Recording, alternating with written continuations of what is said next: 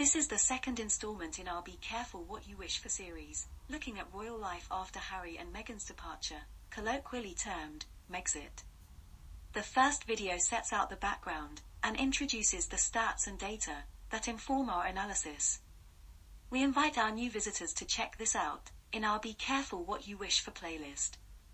And if you haven't already, you are invited to subscribe and click the notifications icon to be notified when the next installment is uploaded. Our first video, which identified Catherine, Princess of Wales, as the royal with the highest profile after Harry and Meghan, showed how public interest in her was mostly due to her role as the main foil that was used to attack Meghan in print and social media. In this video, we will be going into a bit more detail about what the data reveals about Catherine. To this end, we will be using a popularity chart with Meghan included, and one with her replaced by Camilla. Both charts tell the same story, and the comparison provides the opportunity for broader analysis.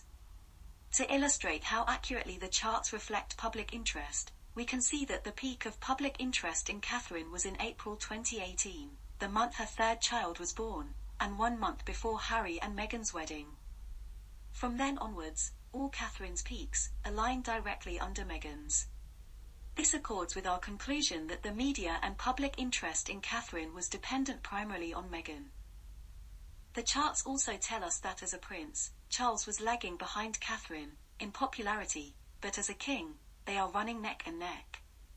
From March 2020 onwards, there were increasing instances of public interest in Charles, significantly outstripping interest in Kate. March 2020 was when he tested positive for coronavirus. 8 months later, in November, he and Camilla became the first British royals to attend Germany's Day of Mourning ceremony, while his new clothing collection was busy selling out. Notably, at this time, the public interest in both Charles and Camilla outstripped William and Kate, but not Harry and Meghan. Charles' highest spike, which was in September 2022, coincides with the time when Catherine beat Camilla to the bottom of the list. This was of course the month that Queen Elizabeth passed away, and Charles became king. So, it is to be expected that public interest in Charles would outstrip that of any other royal at this most somber period. However, it is very interesting that Harry the Spare was next in line, followed by Meghan, then William the Heir, then Camilla, and finally, Kate. Now, you make of that what you will, and share your views in the comments section below. The next significant event was of course, the coronation on the 6th of May, 2023. This is where the comparisons with, and without Meghan, throw up some very interesting results.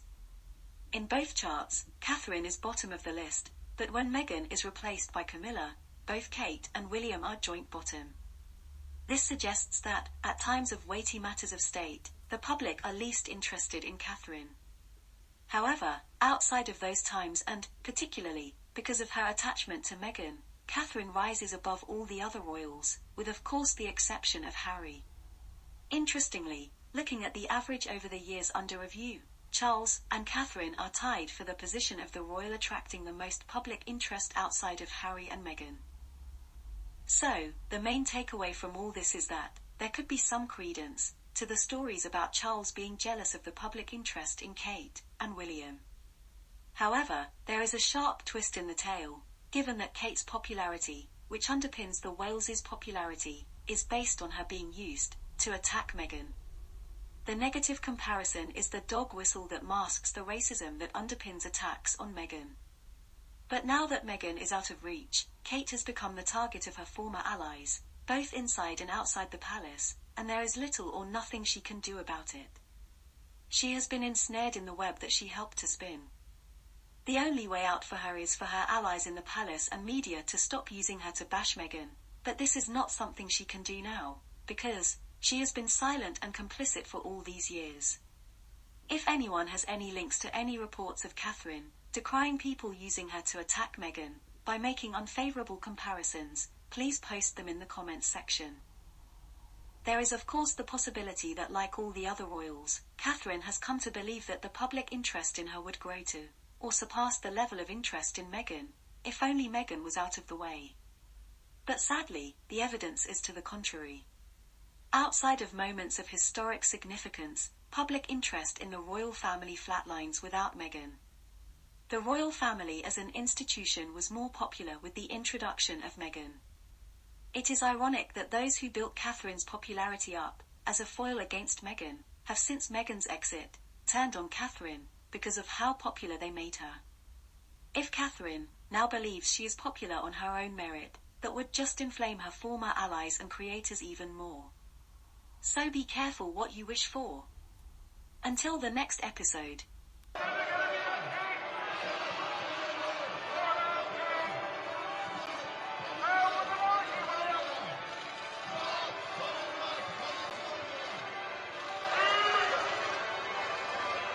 And I actually interviewed one young woman, just 14 years old, who was there with her mother, and she actually hugged Meghan, and I asked her about it. Listen.